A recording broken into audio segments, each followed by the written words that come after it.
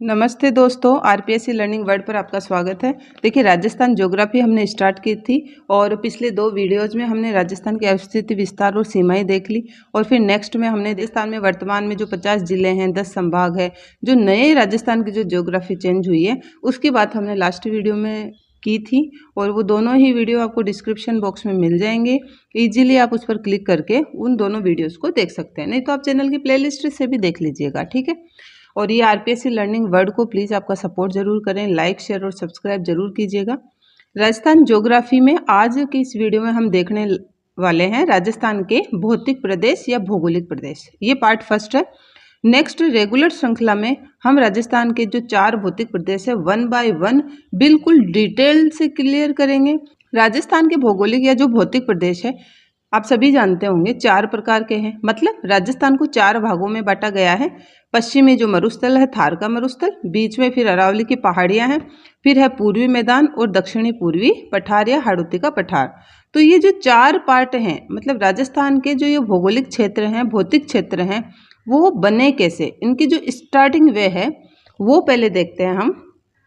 ये देखिए फ्रेंड्स, ये हमने 4 पार्ट देखे अभी, ठीक है। तो ये थार का मरुस्थल हो गया, अरावली हो गई, पूर्वी मैदान हो गया और हाड़ौती का पठार। आप इसका स्क्रीनशॉट लेकर भी रख सकते हैं ताकि जैसे ही हम उसकी डिटेल पढ़ते हैं इस मैप के अकॉर्डिंग आप इजीली समझ जाएंगे। नहीं तो अभी लास्ट में मैं ये मैप भी वापस समझा दूंगी। सबसे पहले देखेंगे हम भौतिक विभाग। तो देखिए, भौतिक विभाग या भौगोलिक विभाजन है जो राजस्थान का, वो 4 भागों में है। मैप में भी हमने देख लिया, चारों भाग थार का मरुस्थल, अरावली, पूर्वी मैदान और हाड़ौती का पठार, ये 4 भाग अपने राजस्थान के। अब ये चारों भाग, स्टार्टिंग में क्वेश्चन क्या पुटअप होता है कि चारों भाग आ कहाँ से रहे हैं, राजस्थान में इन चारों भागों का निर्माण कैसे हुआ। तो सबसे पहले यही देख लेते हैं हम। विश्व के अगर प्राचीनतम भूखंड, ध्यान दीजिए, विश्व के प्राचीनतम भूखंड, तो विश्व के प्राचीनतम भूखंडों की बात करें तो 2 ही प्राचीनतम भूखंड है विश्व में, अंगारा लैंड और गोंडवाना लैंड, ठीक है, अंगारा लैंड और गोंडवाना लैंड। अब देखिए दोस्तों, इसके बीच में टेथिस सागर था, टेथिस सागर। अब इस टेथिस सागर के जो वनस्पति थी, जो जीवाश्म थे, जो मिट्टी थी, ठीक है, जो बेसिन थे, तो ये जो सभी है इससे जो राजस्थान के कुछ जो भौतिक प्रदेश है उनका जो है निर्माण होता है, ठीक है। अब राजस्थान के अभी मैंने शुरुआत में इसीलिए आपको चारों पार्ट पहले बताए हैं मैप के अकॉर्डिंग, क्यों? क्योंकि इन चारों ही भागों को पूछ लिया जाता है। देखिए, ये 4 भाग हैं, मरुस्थल और पूर्वी मैदान, अरावली पर्वतमाला और हाड़ौती का पठार, ठीक है। तो ये किसके अवशेष हैं? तो ये जो टेथिस सागर देखा हमने, ये टेथिस महासागर के अवशेष हैं अपने राजस्थान का जो थार का मरुस्थल है। और जितनी भी उस मरुस्थल में खारे पानी की झीलें हैं अपने राजस्थान में वो, और पूर्वी मैदान में नदियों के बेसिन ज़्यादा आ रहे हैं।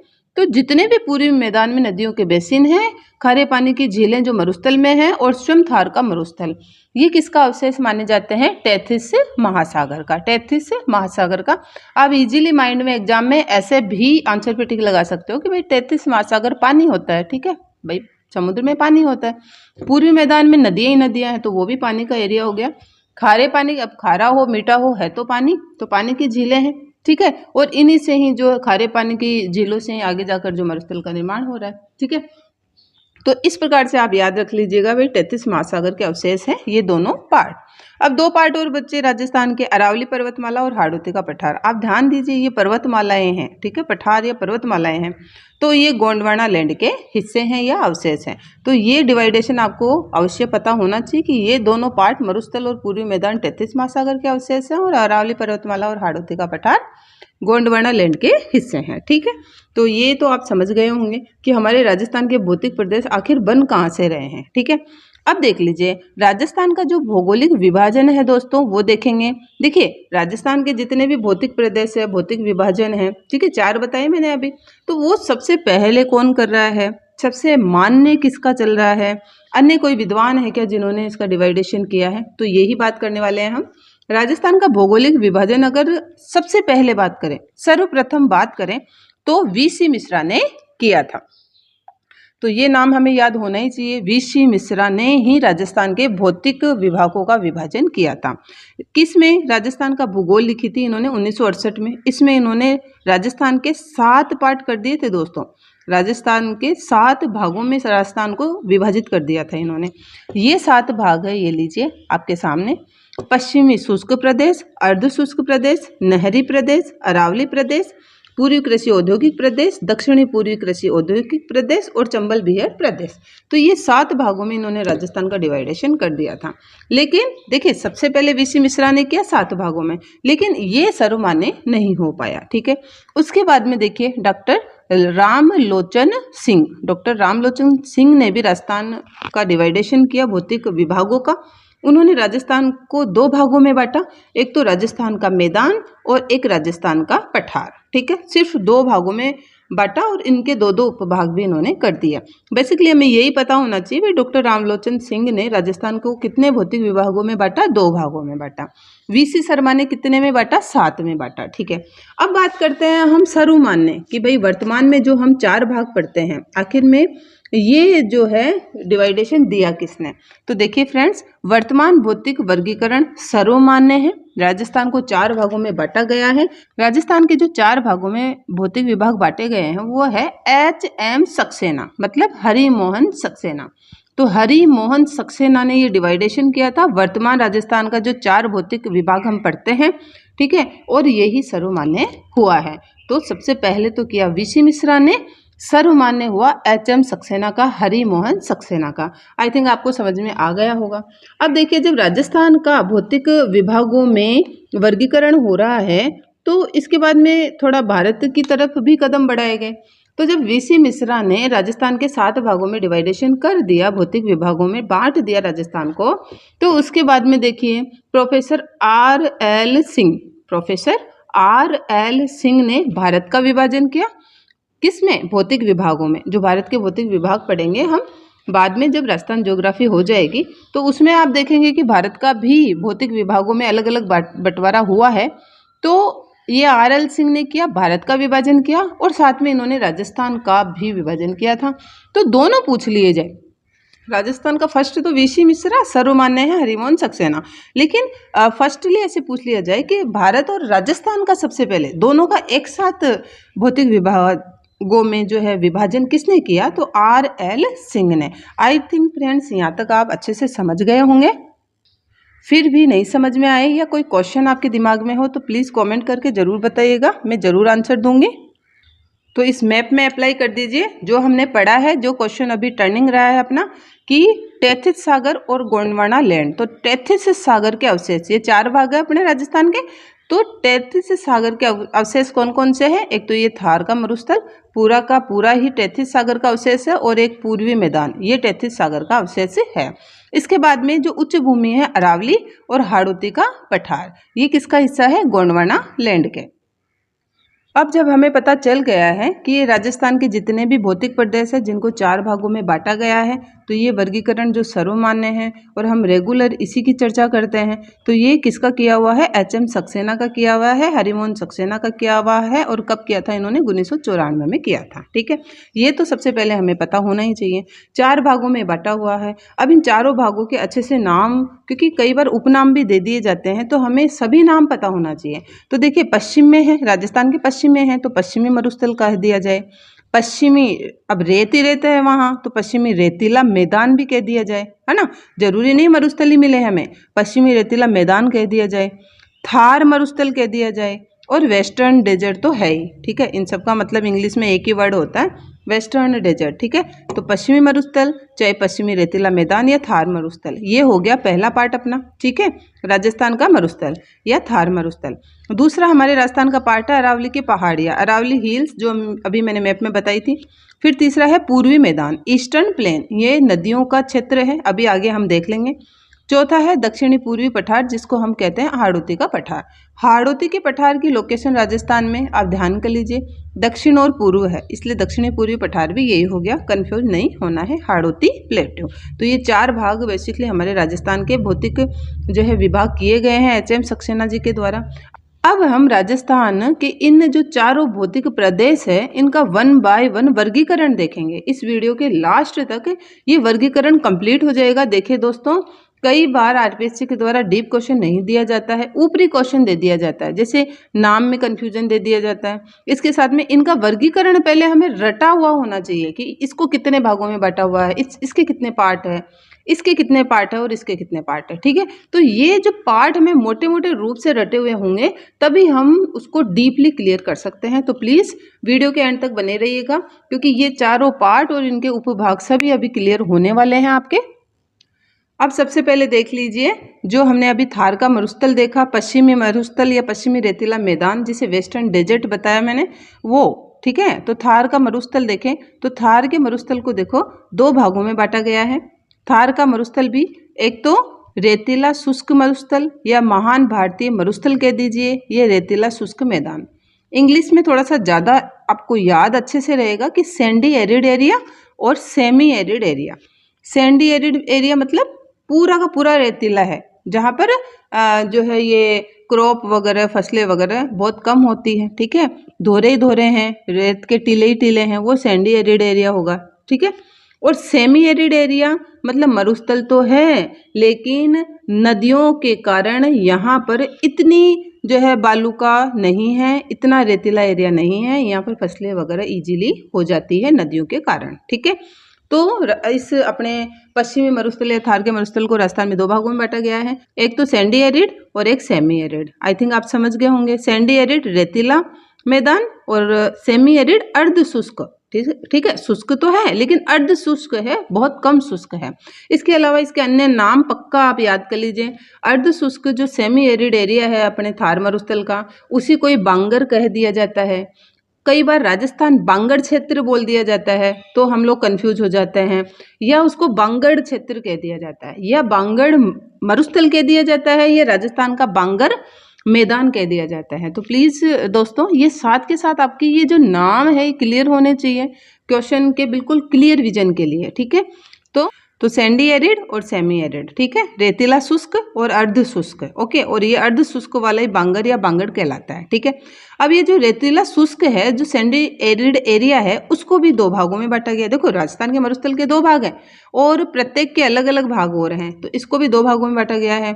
एक तो मरुस्थली, एक बालुका स्तूप मुक्त क्षेत्र। मरुस्थली को ही शुष्क मरुस्थल, ठीक है, मरुस्थली कह दीजिए। मरुस्थली वर्ड आते ही जो है हमें कंफ्यूज नहीं होना है। मरुस्थली क्या है, ये रेतीले शुष्क मरुस्थल को ही मरुस्थली कहा है इन्होंने। और अन्य जो छोटा सा क्षेत्र बच रहा है बालुका स्तूप मुक्त क्षेत्र, ड्यून फ्री एरिया, तो ये दो भाग रेतीले शुष्क मैदान में किए गए हैं। अभी मैं आपको मैप के अकॉर्डिंग क्लियर कर दूंगी। इसके बाद में देखो अर्ध शुष्क सेमी एरिड जो मरुस्थल है उसको चार भागों में बांटा गया है नदियों के आधार पर। तो देखिए लूणी बेसिन, जहाँ पर लूणी नदी बह रही है, तो लूणी बेसिन, लूणी बेसिन को ही दोस्तों गोडवाड़ प्रदेश कहा जाता है। नागौर की उच्च भूमि, शेखावाटी प्रदेश और घग्गर का मैदान, ये हमारे राजस्थान का जो मरुस्थल है उसका डिवाइडेशन हो गया। अब इस मरुस्थल को आप मैप में देखिए। देखो दोस्तों ये अरावली के जो ये वेस्टर्न एरिया जो सारा का सारा ये मरुस्थल है दोस्तों, हमने देखा ये मरुस्थल। अब ये पूरा का पूरा थार मरुस्थल कहलाता है। ठीक है, इस थार मरुस्थल को दो भागों में बांटा गया है। एक तो ये थार मरुस्थल हो गया, ये सैंडी एरिड एरिया हो गया। ठीक है, ये सैंडी एरिड है जहाँ पर मिट्टी ज़्यादा है, ठीक है, जहाँ पर बालुका वगैरह ज़्यादा है। और ये सेमी एरिड हो गया, इस नदियों के द्वारा जो पानी लाया जाता है, जो बेसिन बनाया जाता है, उसके कारण ये इतना ज़्यादा रेतीला नहीं है। तो देखो इसको दो भागों में बांटा इन्होंने, सैंडी एरिड को दो भागों में बांटा। किस किस में, एक तो थार के मरुस्थल में, एक बालुका स्तूप मुक्त क्षेत्र, ये जैसलमेर के आसपास। ठीक है, वन बाय वन जब भौतिक प्रदेशों को क्लियर करेंगे आपके ये सब क्लियर हो जाएंगे, डीपली क्लियर हो जाएंगे। तो एक तो थार का मरुस्थल और एक बालुका स्तूप मुक्त क्षेत्र, ये सैंडी एरिड एरिया हो गया। अब ये सेमी एरिड देखो, ये चार भागों में बांटा गया। अभी देखा हमने घग्गर का मैदान या घग्गर नदी बहती है, ये शेखावाटी प्रदेश से सीकर चूरू झुंझुनू आ गए, ये नागौर उच्च भूमि आ गई, और ये लूणी बेसिन जिसको हम गोडवाड़ प्रदेश भी कहते हैं। आई थिंक आपको ये मरुस्थल समझ में आ गया होगा। अब राजस्थान का एक भौतिक प्रदेश हमने क्लियर कर लिया है, थार का मरुस्थल, ठीक है, वेस्टर्न डेजर्ट। अब दूसरा भाग क्लियर करेंगे, अरावली प्रदेश। देखिए दोस्तों लास्ट तक वीडियो तक बने रहिएगा और रिक्वेस्ट करती हूँ कि इसको आप अच्छे से समझिए, क्योंकि जैसे ही हम आगे जब डीपली डिटेल से एक एक भौतिक प्रदेश क्लियर करेंगे तो जब ये नाम ही हमें याद नहीं होंगे, इनका डिवाइडेशन हमें क्लियर कट नहीं होगा, तो उनको बड़े खिचड़ी टाइप की हो जाएगी। कोई क्वेश्चन हम जो सटीक उसका आंसर देने में असमर्थ हो जाते हैं। तो प्लीज़ जो ये डिवाइडेशन मैं बता रही हूँ आपको नोट्स से, तो आप उनको 1 बाय 1 क्लियर करते चलें, ठीक है। अरावली प्रदेश देख लीजिए। अरावली प्रदेश को भी 4 भागों में बांटा गया है। उत्तरी पूर्वी पहाड़ी प्रदेश, मध्य अरावली, मेवाड़ की पहाड़ियां या भोराट का पठार, आबू पर्वत खंड। मतलब मेनली अरावली के 4 भाग हैं। तो उत्तरी पूर्वी पहाड़ी प्रदेश को उधर अलवर पड़ गया ना, तो अलवर की पहाड़ियां भी कह देते हैं, ठीक है। तो अलवर की पहाड़ियां आ जाता है, कई बार ये वर्ड नहीं आता, उत्तरी पूर्वी पहाड़ी या उत्तरी पूर्वी अरावली प्रदेश ये नहीं आता है। तो अलवर की पहाड़ियां भी अरावली प्रदेश का ही हिस्सा है, ठीक है, फर्स्ट नंबर पे। फिर मध्य अरावली आ जाता है, अजमेर के आसपास का क्षेत्र। इसके बाद में मेरवाड़ और मेवाड़ की पहाड़ियां, साथ में भोराट का पठार आता है, और फिर लास्ट में आबू खंड आ जाता है। ये अरावली के 4 हिस्से हो गए। अब आप सोच रहे होंगे कि ये क्यों लिखा मैंने। तो देखिए दोस्तों, ये इसलिए लिखा है, कई बार ऐसे होता है कि जैसे उत्तरी पूर्वी पहाड़ी प्रदेश है, अलवर की पहाड़ी दे दी जाती है, ठीक है, मध्य अरावली दे दी जाती है। अब लास्ट में ये जो 2 पार्ट है ना, मेरवाड़ की पहाड़ी और भोराट का पठार और आबू पर्वत खंड, उसको इन 4 पार्टों में अलग अलग लिख दिया जाता है, जैसे सांबर बेसिन, ठीक है। और कई बार पूछ लिया जाता है कि ये सांबर बेसिन किस में पड़ता है, तो कंफ्यूज ना हो हम, ये अरावली प्रदेश में आ रहा है, ठीक है। तो उत्तरी पूर्वी पहाड़ी प्रदेश, मध्य अरावली, फिर दे दिया जाता है सांबर बेसिन, मेरवाड़ की पहाड़ियाँ, भोराट का पठार और आबू खंड। तो ये 3 पार्ट तो यही तो है, मेरवाड़ की पहाड़ियाँ, भोराट का पठार और आबू खंड, ठीक है। और सांबर बेसिन भी अलग से दे दिया जाता है। तो मैंने लिख दिया कि सांबर बेसिन पूछ लिया जाए, वो भी अरावली प्रदेश में ही पड़ता है, ठीक है। बाकी बेसिकली आप ये 4 पार्ट याद रखिएगा, अलवर की पहाड़ियाँ, मध्य अरावली, मेरवाड़ की पहाड़ियाँ, भोराट का पठार और आबू पर्वत खंड, ठीक है। ये अरावली प्रदेश के हिस्से हो गए। आपको मैप से बता देती हूँ। ये देखिए फ्रेंड्स, ये अरावली है। तो अरावली में ये अलवर साइड में आ गया, तो ये अलवर की पहाड़ियाँ, ये उत्तरी पूर्वी अरावली कह देंगे इसको, ठीक है। इसके बाद में ये मध्य अरावली आ गया, अजमेर और आसपास का क्षेत्र। और इसके बाद में ये इधर मेरवाड़ की पहाड़ियाँ और भोराट का पठार आ गया, ठीक है। और ये आबू पर्वत खंड आ गया, ठीक है, सिरोही के आसपास आबू पर्वत खंड आ गया। तो आई थिंक आप ये अरावली भी समझ गए होंगे। अब 2 भौतिक प्रदेशों का अच्छे से हमने डिवाइडेशन देख लिया। अब तीसरा नंबर का है पूर्वी मैदान। तो पूर्वी मैदान का हम डिवाइडेशन देखते हैं। पूर्वी मैदान को भी दोस्तों 4 भागों में बांटा गया है, चंबल बेसिन, बनास बेसिन, छप्पन का मैदान या माही बेसिन, बाणगंगा बेसिन। तो नदियों के नाम से जो इनके बेसिन हैं, उसके हिसाब से पूर्वी मैदान को 4 टुकड़े किए गए हैं। तो देखिए, आप मैप में देखिए, ये देखिए फ्रेंड्स, ये पूर्वी मैदान है, तीसरा भौतिक प्रदेश। इसमें जयपुर और आसपास के क्षेत्र में बाणगंगा बहती है, तो बाणगंगा बेसिन हो गया। फिर बाद में यहाँ पर बनास बहती है, तो ये बनास बेसिन हो गया। यहाँ पर ये चंबल जा रही है, तो ये चंबल बेसिन हो गया। और यहाँ पर माही बेसिन हो गया। माही नदी ही छप्पन का मैदान बनाती हुई चलती है, तो माही बेसिन कह दो या छप्पन का मैदान कह दो, तो ये माही बेसिन हो गया। तो इस प्रकार से 1 2 3 4 भागों में पूर्वी मैदान को भी बेसिन के आधार पर बांटा गया है। आई थिंक पूर्वी मैदान आपके क्लियर हो गया होगा, ये आपने देख ही लिया होगा। तो प्लीज़ फ्रेंड्स, अगर वीडियो पसंद आ रहा है, अच्छा लग रहा है, यूजफुल लग रहा है, तो प्लीज़ वीडियो को लाइक ज़रूर कीजिएगा। साथ ही अपने फ्रेंड सर्कल में शेयर करके और इसको सब्सक्राइब भी कर दीजिएगा। सब्सक्राइब करना बिल्कुल भी ना भूलें, क्योंकि मैं आपकी राजस्थान जीके को 1 बाय 1 क्लियर करवा रही हूँ। अब राजस्थान का 4th भौतिक प्रदेश रह गया अपना, लास्ट भौतिक प्रदेश हाड़ौती का पठार, जिसको मैंने अभी बताया था दक्षिणी पूर्वी पठार भी कहा जाता है। तो देखो, हाड़ौती के पठार को 2 भागों में बांटा गया है दोस्तों, विंध्याचल कगार भूमि और दक्कन लावा पठार। तो ये इजीली इसको 2 भागों में बांटा गया है, हाड़ौती के पठार को। अब देख लेते हैं हम, थोड़ी सी बेसिक बातें हैं जो कई बार वर्ड ऐसे आ जाते हैं, तो एग्जामिनर कैसे भी वर्ड्स देकर हमें पूछ सकता है अपने राजस्थान के भौतिक प्रदेशों को, तो ये हमें पता होना चाहिए। तो देखिए, अब मरु, मेरू और माल, इन तीनों में अंतर आपको पता होना चाहिए, क्योंकि कई बार मरुस्थलीय प्रदेश लिखता ही नहीं है, वो मरु प्रदेश लिख देता है, कभी मेरू प्रदेश लिख देता है, ठीक है। और अभी मेरवाड़ा की पहाड़ियाँ देखी थी, आपको याद होगा, अरावली प्रदेश में, ठीक है। तो ये मेरू यही है, अरावली प्रदेश। और माल क्षेत्र कह दिया जाए तो हाड़ौती का पठार या दक्षिणी पूर्वी पठार ही नहीं देता है, माल क्षेत्र कह देता है राजस्थान का। तो हमें पता होना चाहिए हाड़ौती के पठार को माल क्षेत्र कहा जाता है। तो ये थोड़ा याद रखिएगा, मरु मतलब मरुस्थलीय प्रदेश, मेरू बता दे वो तो अरावलीय प्रदेश, और माल क्षेत्र तो हाड़ौती का पठार, ठीक है।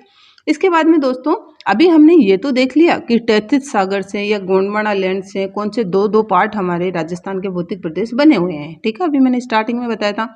कि पूर्वी मैदान, मरुस्थल और जितनी भी खारे पानी की झीलें हैं वो तटित महासागर के अवशेष हैं, और उसके साथ में अरावली पर्वतमाला और हाड़ौती का जो पठार है वो गोंडवाना लैंड के हिस्से हैं। ये मैंने स्टार्टिंग में बताया था। लेकिन कई बार क्रम पूछ लेता है, ठीक है, कि ये पहले कौन सा भौतिक प्रदेश बना, बाद में कौन सा बना, तो ये क्रम भी हमें पता होना चाहिए। देखो दोस्तों, सबसे पहले अरावली पर्वतमाला बनी थी। जनरली याद रखना, जो ऊंचा एरिया है, जो पर्वत का एरिया है, वो ही बनेगा सबसे पहले। तो सबसे पहले अरावली पर्वतमाला बनी, दूसरे नंबर पर हाड़ौती का पठार। तो ये पठार पर्वत यही है, तो अरावली बन गई, फिर हाड़ौती का पठार बन गया, फिर बाद में पूर्वी मैदान बना, और फिर थार का मरुस्थल बना। तो ये चारों क्रम से अब हमें याद होने चाहिए। इसके बाद में देखिए, हमने जब राजस्थान के चारों भौतिक प्रदेश देख लिए हैं, तो जनरली ये सीट भी हमारे माइंड में होनी चाहिए, ठीक है, कि जो रेतीला मैदान किसको कहा हमने, थार मरुस्थल को कहा, अरावली प्रदेश, पूर्वी मैदान और हाड़ौती क्षेत्र। अब ये कितने क्षेत्रफल पर राजस्थान में फैले हुए हैं और कितनी जनसंख्या यहाँ रहती है। कई बार आरपीएससी का क्वेश्चन होता है कि किस क्षेत्र में क्षेत्रफल कम और जनसंख्या अधिक है, किस क्षेत्र में क्षेत्रफल ज़्यादा और जनसंख्या कम है, तो ये भी हमें पता होना चाहिए। तो देखो, रेतीला मैदान या मरुस्थल की बात करें तो जनरली एक बेसिक सा क्वेश्चन है कि क्षेत्रफल तो बहुत ज़्यादा है, क्योंकि थार का मरुस्थल हमारे बहुत अधिक फैला हुआ है, करीब 61.11% भाग पे, 61.11% भाग पर फैला हुआ है राजस्थान में, और जनसंख्या ओनली यहाँ पर 40% रह रही है। तो आप इसमें डिफरेंस देख सकते हैं। अरावली प्रदेश की बात करें तो देखो 9% पे फैला हुआ है, जबकि 10% जनता रहती है। पूर्वी मैदानों की बात करें तो मैदानों में तो वैसे भी, क्योंकि उपजाऊ भूमि वगैरह रहती है, तो पूर्वी मैदान में 23% पर पूर्वी मैदान फैला हुआ है अपने, लेकिन 39% यहाँ पर जनता निवास करती है।